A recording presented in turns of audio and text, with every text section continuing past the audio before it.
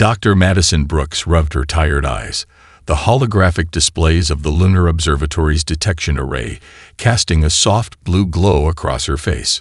4 years of monitoring deep space for signs of intelligent life had yielded nothing but the usual background noise of dying stars and distant pulsars. That changed at exactly 3:47 a.m. Earth Standard Time. The signal cut through the cosmic background like a knife, its pattern too precise to be natural. Madison's fingers flew across the haptic interface, directing the observatory's quantum receivers to focus on the transmission. The data stream was unlike anything in their archives, not radio waves or light pulses, but something far more sophisticated. "Dr. Reynolds, you need to see this," she called out, her voice steady despite the adrenaline coursing through her veins. The observatory's senior physicist emerged from his office, coffee cup in hand, his weathered face illuminated by the strobing emergency indicators. "Another false positive?" he asked, but his expression changed as soon as he saw the pattern recognition results. The signal wasn't just structured, it was encrypted using quantum algorithms far beyond current human capability. Madison's decryption software worked through the night, each layer of security peeling away to reveal something more extraordinary. By dawn, the message became clear, and with it, the realization that humanity was no longer alone, and no longer safe. The Centauri Alliance, a coalition of spacefaring species that had previously dismissed Earth as too primitive for contact, was calling for help. Their message painted a nightmare scenario.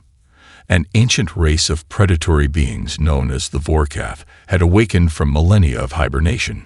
These weren't simple warriors or conquerors, they were evolution's perfect hunters, a species that had nearly exterminated all intelligent life in the galaxy before mysteriously vanishing into suspended animation. "Play it again," Dr. Reynolds ordered, his coffee long forgotten.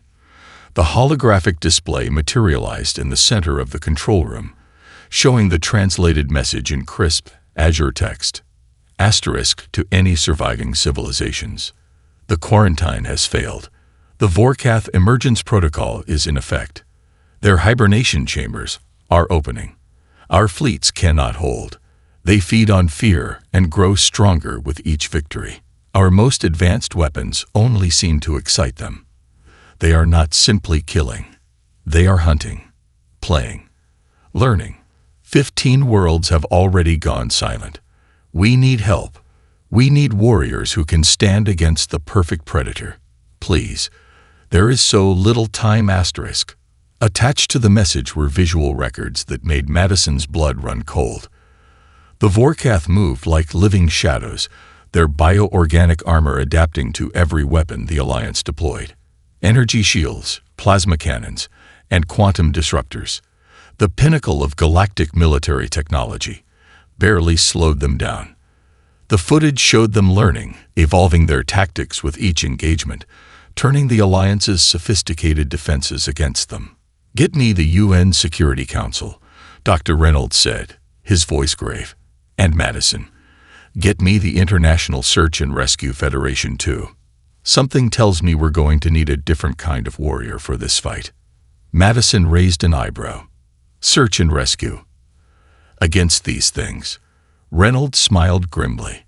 "Look at these readings. The Vorkath don't just destroy their targets, they create environments of pure chaos. Atmospheric decompression, structural collapse, plasma fires. Now, who do we know that specializes in operating in exactly those conditions?" Understanding dawned on Madison's face as she sent out the calls. Earth's military might be outclassed by both the Alliance and the Vorkath, but they had something unique. Generations of humans who had evolved alongside natural disasters, who had learned to navigate and survive in conditions that would kill most species. People who didn't just survive in chaos, they thrived in it. As the emergency channels lit up with responses from around the world, Madison realized that humanity's first step onto the galactic stage wouldn't be through diplomacy or military might. It would be through the skills of those who had mastered the art of survival in the most hostile conditions imaginable. Earth was about to show the galaxy why its rescue workers were, in their own way, the deadliest warriors of all. Commander Jack Reynolds stood before the United Nations Security Council, his rescue uniform a stark contrast to the polished military dress of the generals surrounding him. The emergency session had dragged on for hours, with Earth's military leaders proposing increasingly elaborate plans to retrofit their forces for deep space combat. With all due respect, Reynolds interrupted, his voice carrying the weight of 20 years of disaster response experience. "You're looking at this all wrong.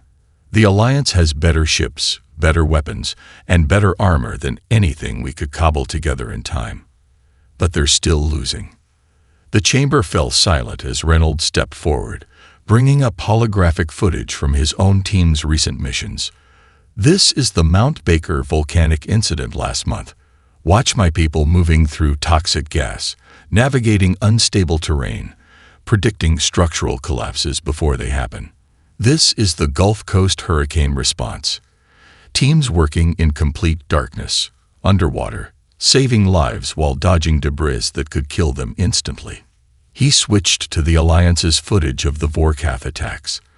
"Now look at this. See the patterns. These aliens aren't just destroying things, they're creating killing grounds. Plasma fires, atmospheric decompressions, gravity fluctuations. They're turning every battlefield into a disaster zone." The Chinese representative leaned forward. "And you believe your rescue teams are the answer?" Reynolds nodded, a grim smile crossing his weathered face. "The Alliance has warriors who've trained in sterile combat simulations. I have people who eat chaos for breakfast. The Vorkath are turning spaces into death traps. That's Tuesday for my cave rescue specialists. Toxic atmospheres. Talk to my hazmat teams. Structural collapse. My urban search and rescue units literally dream about this stuff. Command, bring up Paradise Station," he continued. The holographic display showed an Alliance space station torn apart by Vorkath raiders. Their warriors retreated when the hull was breached. But look at these conditions: rapidly decompressing corridors, electrical fires, unstable gravity. This isn't just a combat zone. It's exactly the kind of environment we train for. Jessica Storm Chaser Martinez, his second in command, stepped forward with a tablet displaying team rosters. "We've already got volunteers. Emily Blackwood, who led the rescue operation during the Antarctic Research Station collapse. Michael Thompson, who held together a mining rescue operation for 72 hours in conditions that should have killed everyone involved. Sarah Nightcrawler Rodriguez, who mapped an entire cave system in total darkness to save a trapped expedition." The Russian general scoffed. "And how do you propose to fight these monsters?" "With rescue equipment." Martinez smiled. "Sir, with all respect, what do you think a plasma cutter designed for breaching collapsed buildings would do to bioorganic armor? What happens when you turn industrial-grade stabilizing foam into an area denial weapon? Our equipment is designed to operate in conditions that kill. We're just going to get creative with how we use it." Reynolds pulled up one final image, a training scenario his teams had run that morning. The Vorkath think they're the galaxy's perfect predators because they can create environments of pure chaos. But humanity. We've been living with chaos since we crawled out of the caves. Every natural disaster has been our teacher. Every rescue mission has been our practice run. He looked around the chamber, meeting each council member's eyes. "The Alliance asked for Earth's deadliest warriors. Well, I'm offering you people who've made careers out of spitting in death's eye. People who don't just survive in conditions that kill. They thrive in them. People who look at an impossible situation and see Tuesday." The chamber erupted in murmurs as the council members conferred. Reynolds stood steady, Martinez at his side, both knowing they were Earth's best shot at this fight. Finally, the Secretary General stood. "Commander Reynolds, you have 48 hours to assemble your teams. The Alliance representatives will arrive then to evaluate your proposal. I suggest you show them exactly why Earth's rescue workers are the warriors they've been looking for." Reynolds nodded, already reaching for his communicator. Across the globe, the most elite rescue workers were about to receive the strangest call of their careers. Earth was going to war, and its frontline soldiers would be the men and women who had made saving lives in hell their daily business. Jessica Storm Chaser Martinez stood in the cargo bay of the retrofitted ship Phoenix, watching her team gear up with practiced efficiency. The Alliance representatives hovering nearby couldn't hide their skepticism as they observed Earth's elite warriors, checking oxygen recyclers and testing plasma cutters. "Those are maintenance tools," one of the alien diplomats whispered to another, their universal translator not quite masking their disdain. They'd brought maintenance tools to fight the galaxy's deadliest predators. Martinez smiled, running a hand over her own well-worn equipment harness. The Alliance still didn't understand that on Earth, the line between rescue gear and weapons had always been razor-thin. Her team's loadout might look primitive compared to the Alliance's energy weapons, but there was a reason they'd chosen every piece. The ship's emergency alert shattered any further discussion. Haven Station, the Alliance's primary refugee processing center, was under attack. 3 Vorkath raiders had breached the outer hull and were systematically hunting through the station's corridors. "Showtime," Martinez announced, her team snapping to attention. "Remember your training. This is just like the Singapore Tower collapse. Unstable environment, multiple threats, civilians in danger. Only difference is, this time the building is trying to eat us." The Phoenix docked with Haven Station amid chaos. Alliance security forces were retreating from the compromised sections, their advanced weapons barely slowing the Vorkath's advance. The station's artificial gravity was fluctuating wildly, and plasma fires from ruptured power conduits turned entire corridors into infernos. Perfect conditions. Emily Blackwood, the team's structural specialist, commented as she scanned the station's layout. "These support beams are ready to give. We can use that." Martinez nodded, dividing her team with hand signals perfected in countless disaster zones. "Charlie team, set up a safe zone in the mess hall. It's got good structural integrity and multiple escape routes. Delta team, start evacuation channels through the maintenance shafts. Alpha team, you're with me. We're going hunting." The Alliance commander grabbed her arm. "You don't understand. The Vorkath aren't just animals. They learn, they adapt. They'll use your own tactics against you." Martinez grinned. "That's counting on us having just one set of tactics. Sir, we're rescue workers. Every situation needs a different solution, and we've seen them all." Her team moved through the station like ghosts, using their experience in collapsed buildings to navigate spaces the Vorkath thought impassable. They didn't just avoid the plasma fires. They used them, herding evacuees through safe corridors while turning others into blazing traps for their hunters. The first Vorkath they encountered learned the hard way that human rescue gear could be lethal. It charged through a weakened bulkhead, expecting easy prey, only to be met with a face full of rapidly expanding stabilization foam. The industrial-grade sealant, designed to shore up collapsing tunnels, hardened instantly around its biomechanical breathing apparatus.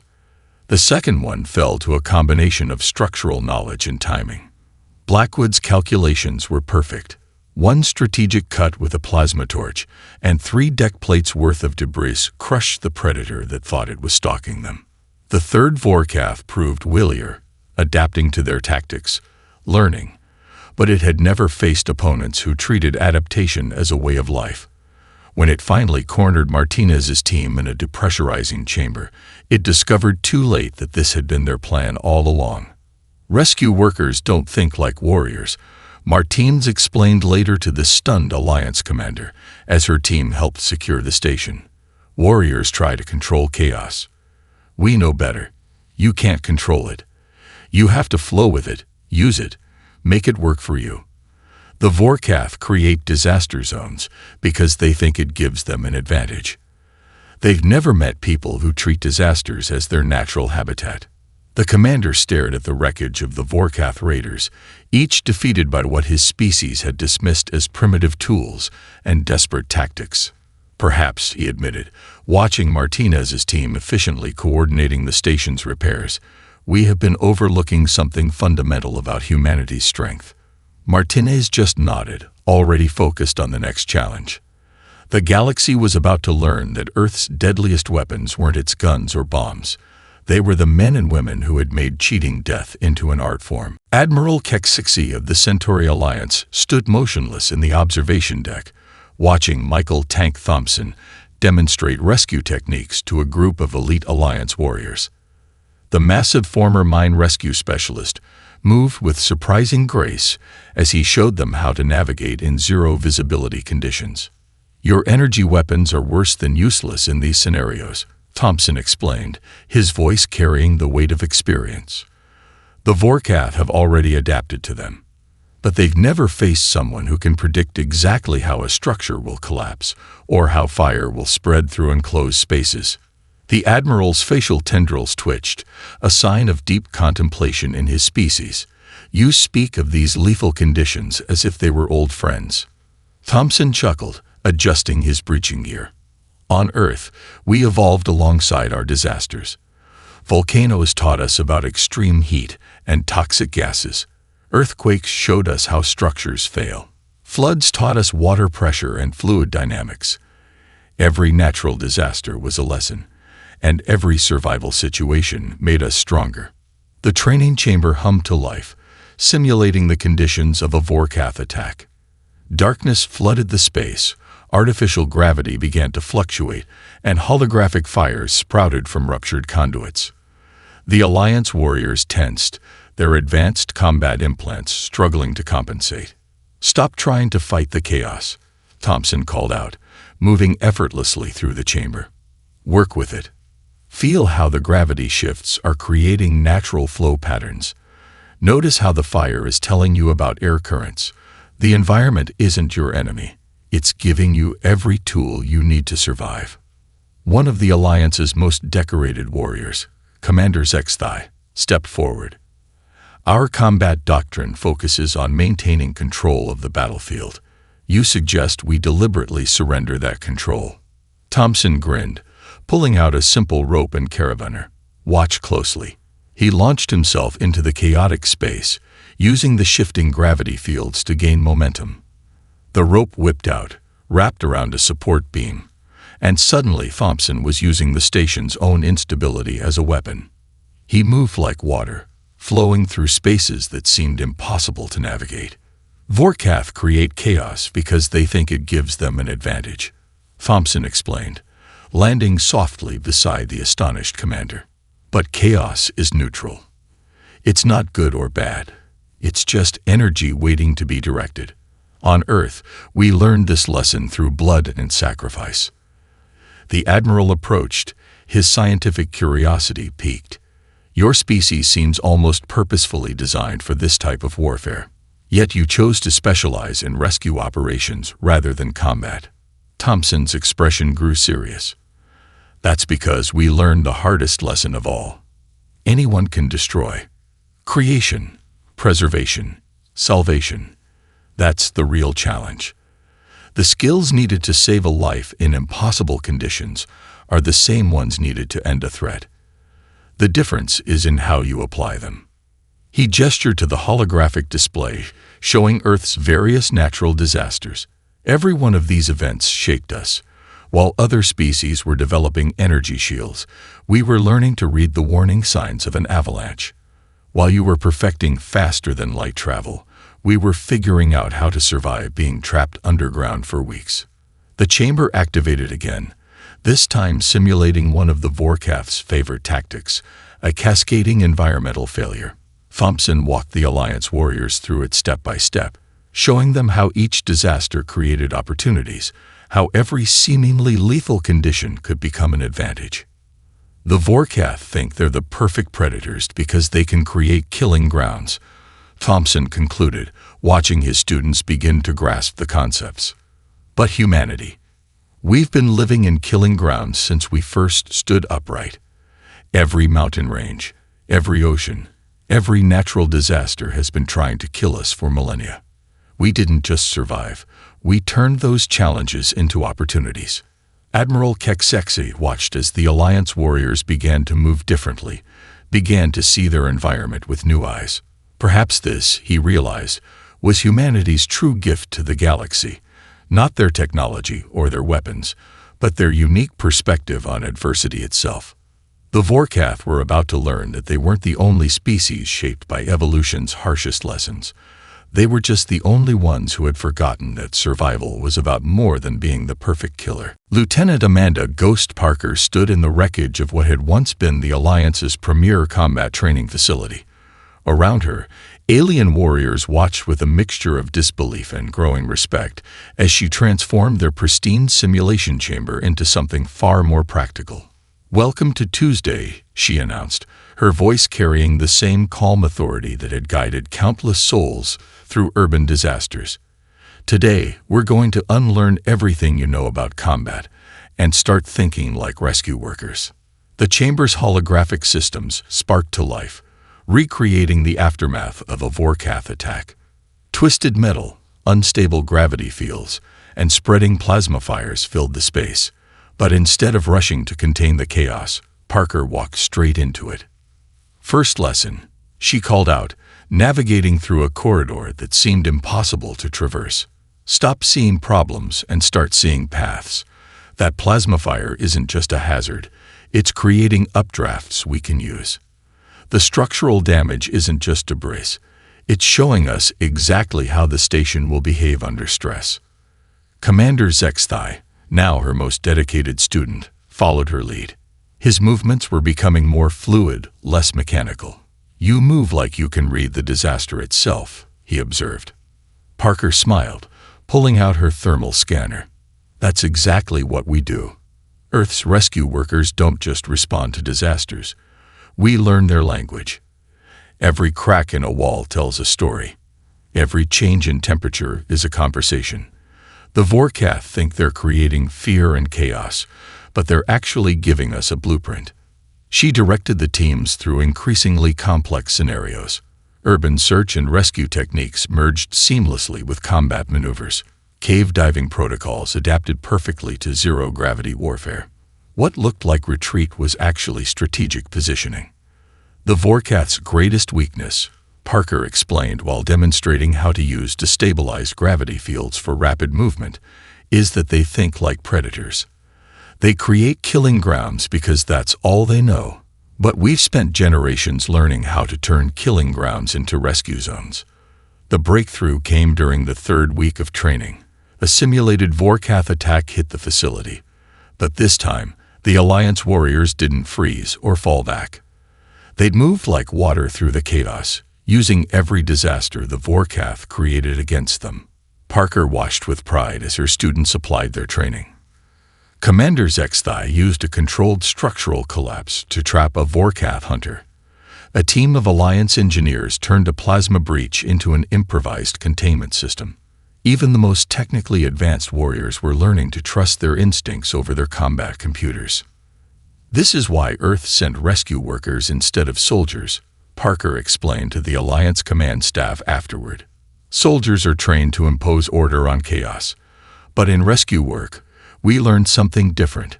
Chaos already has an order. You just have to learn how to read it." She brought up footage from Earth's worst disasters: hurricanes that leveled cities, earthquakes that swallowed buildings whole, volcanic eruptions that turned day into night. Every one of these events taught us something. Not just about survival, but about adaptation, about turning seemingly hopeless situations into opportunities. The Alliance's strategic AI calculated a 47% increase in combat effectiveness among trained units, but Parker knew the numbers didn't tell the whole story. She saw it in the way her students moved, in how they'd stopped fearing chaos and started embracing it. "The Vorkath are about to face something they've never encountered," she told her team during their final briefing. "Not just warriors who can fight in chaos, but people who have made chaos their home. Every disaster they create is just another Tuesday for us." As reports came in of successful defensive operations across Alliance space, Parker allowed herself a small smile. The galaxy was learning what Earth had known for generations. That true strength wasn't about being the perfect predator. It was about being able to stand in the heart of disaster and see not just survival, but opportunity. The tide wasn't just turning. It was becoming a tsunami, and the Vorkath were about to learn why Earth's rescue workers were considered the deadliest warriors in human history. Ryan Avalanche Cooper crouched in the shadows of Outpost Sigma, his experienced eyes reading the destruction around him like a familiar book. 20 years of mountain rescue experience had taught him that every disaster left signs, if you knew how to read them. "They're learning," he whispered into his comm unit, watching the Vorkath hunting party move through the station's compromised lower levels. "They're starting to recognize our patterns." "Good," Martines replied from her command post. "Let them learn the wrong lessons." Cooper smiled beneath his rebreather mask. The Vorkath had indeed become more cautious after their recent losses, studying the humans' tactics and adapting their strategies. What they hadn't realized was that this had been part of the plan all along. "Echo Team, status," he called out softly. "Kill Box 1 is prepped," came Emily Blackwood's steady voice. "Structural weak points are mapped and marked. Just need our guests to take the bait." The Vorkath hunting party moved exactly as predicted. They'd learned to avoid obvious traps, to recognize the signs of human ambush tactics. But they were still thinking like predators, looking for threats, not seeing the bigger picture. "Remember, folks," Cooper broadcasted to all teams, "these corridors are just like the north face of McKinley during an avalanche. Read the stress points. Feel the flow of debris. Everything that's broken is going to break in a specific way." The lead Vorkath paused, its bioorganic sensors detecting something amiss. But by then, it was too late. Cooper triggered the first sequence, and 20 tons of carefully destabilized deck plating crashed through precisely calculated failure points. "Gravity is just gravity," Cooper murmured, remembering his old mountain rescue instructor's words. "Whether it's pulling you down a mountain or through a space station, the physics don't change." The Vorkath scattered, exactly as planned. 3 broke left, heading for what their tactical analysis suggested was a safe retreat route. Instead, they found Sarah Rodriguez waiting with industrial-grade freezing equipment, normally used for stabilizing victims in extreme conditions. 2 others went right, straight into a kill zone that Michael Thompson had prepared using techniques learned from a decade of mine collapses. The remaining hunters tried to push forward, their adaptive armor shifting to protect against falling debris. "They still don't get it," Cooper commented to Martines as he watched through the surveillance feeds. "They think we're trying to kill them with the debris, when really we're just hurting them," Martines finished. "Just like shepherding survivors through an unstable avalanche zone." The Vorkath's confusion was evident in their movements.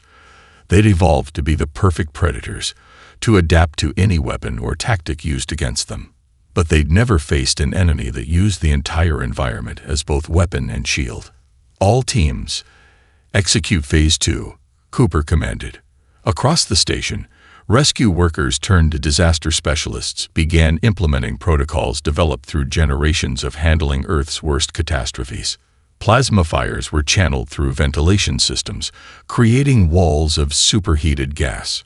Structural failures cascaded in precisely engineered sequences, turning escape routes into death traps. Emergency bulkheads slammed shut in patterns that would have made sense to anyone who'd ever had to navigate a cave system during a flash flood. The Vorkath fought brilliantly, their tactical processes adapting in real time. But they were adapting to what they thought was the threat: the humans and their primitive tools. They never realized that their true enemy was the environment itself, shaped and directed by those who had mastered its deadliest forms. "Check and mate," Cooper announced as the last Vorkath fell into a trap that would have been immediately obvious to any experienced mountain rescue worker. "All hostiles neutralized. Casualty count 0. As his team moved in to secure the area, Cooper couldn't help but appreciate the irony. The galaxy's perfect predators had been defeated not by superior weapons or advanced technology, but by humans who had spent their lives learning to dance with death in Earth's harshest environments. "Control, this is Cooper. Outpost Sigma is secured," he reported, already planning the next operation. Tell the Alliance we're ready to start teaching their people how to set up these systems themselves. The Vorkath want to hunt.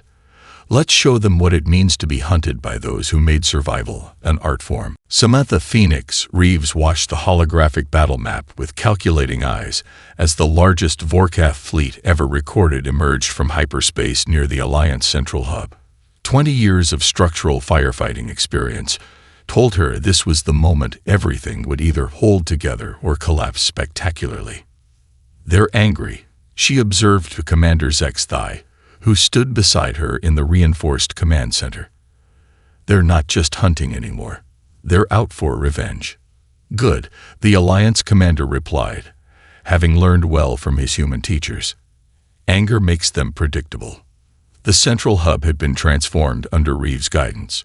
What once had been a showcase of advanced Alliance technology was now a masterpiece of tactical engineering, built on principles learned from Earth's deadliest disasters. "All teams, this is Phoenix," she broadcast across the station's command network. "Remember your training. This isn't just combat.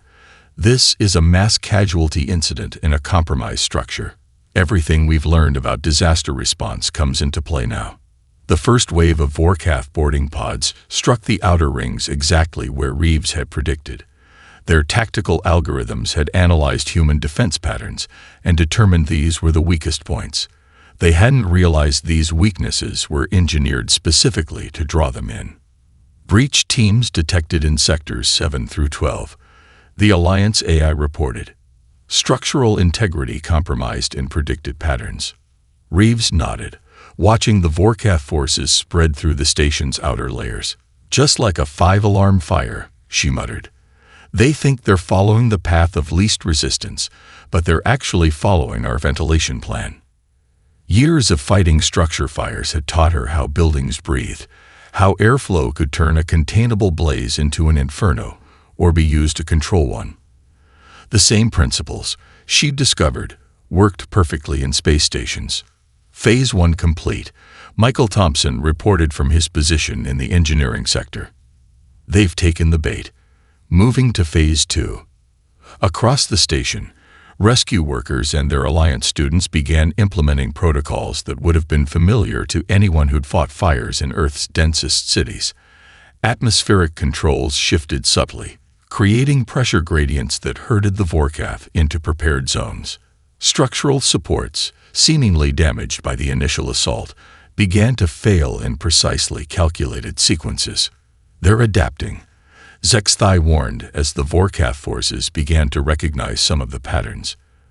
"Their battle computers are starting to detect the underlying strategy." Reeves smiled grimly. "That's why we're not using just one strategy. Emily, initiate collapse sequence Delta."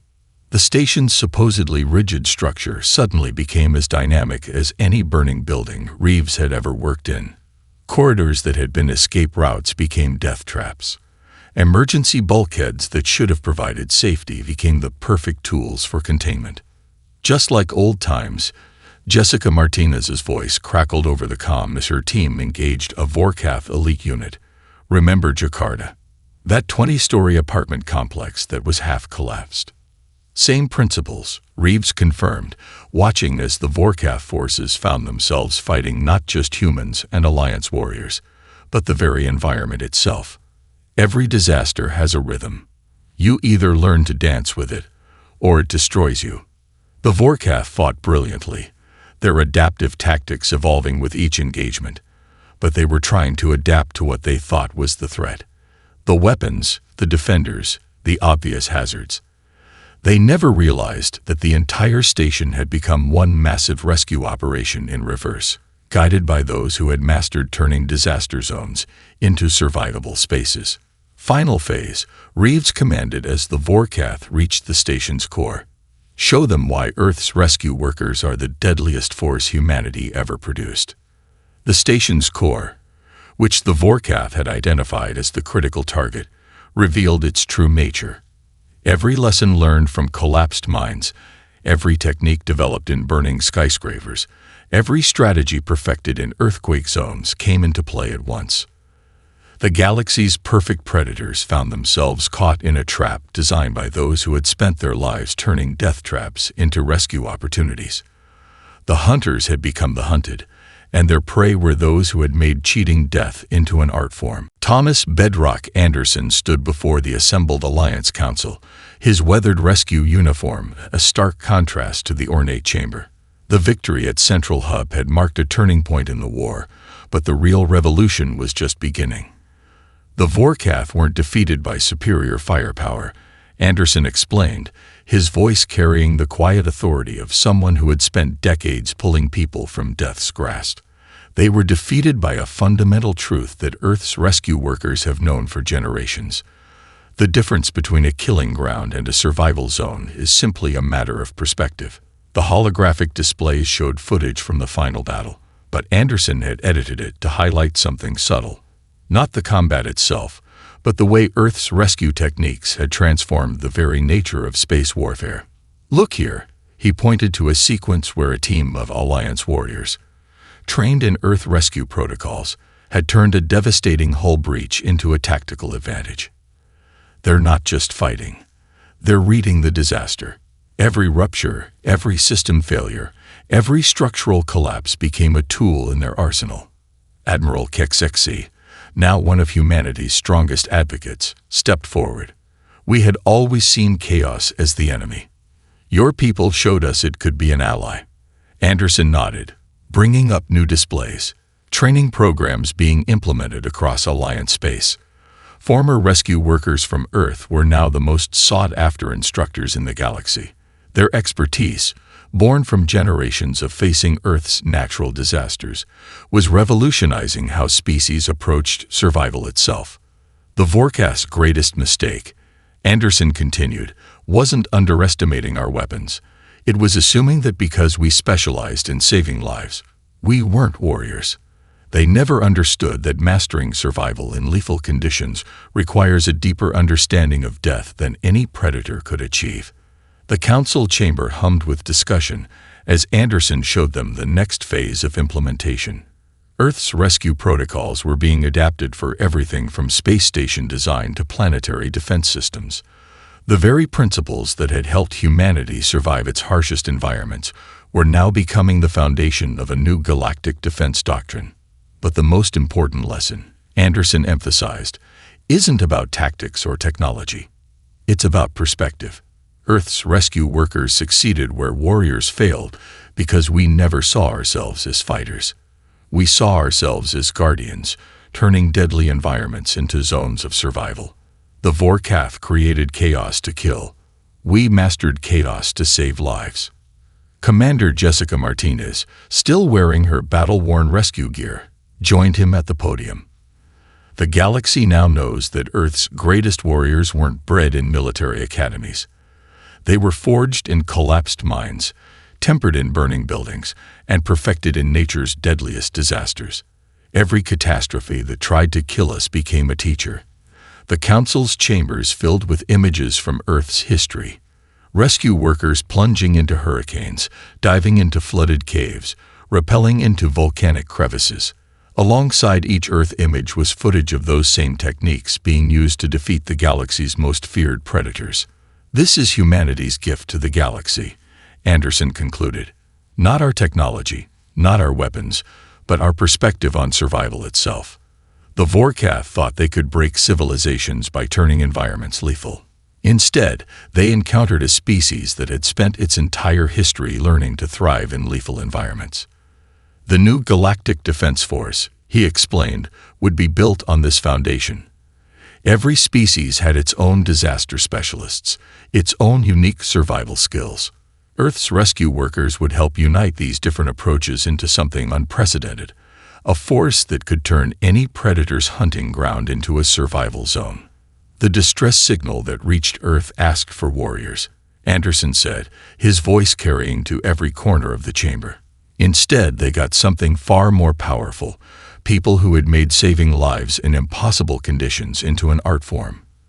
The galaxy will never be the same, because now every species knows the strongest warriors aren't those who master killing, but those who master survival itself. As the council chamber erupted in approval, Anderson shared a quiet smile with Martinez. The galaxy had called for Earth's deadliest warriors, and they had answered, not with soldiers, but with those who had spent their lives proving that even in the darkest disasters, hope and survival were always possible.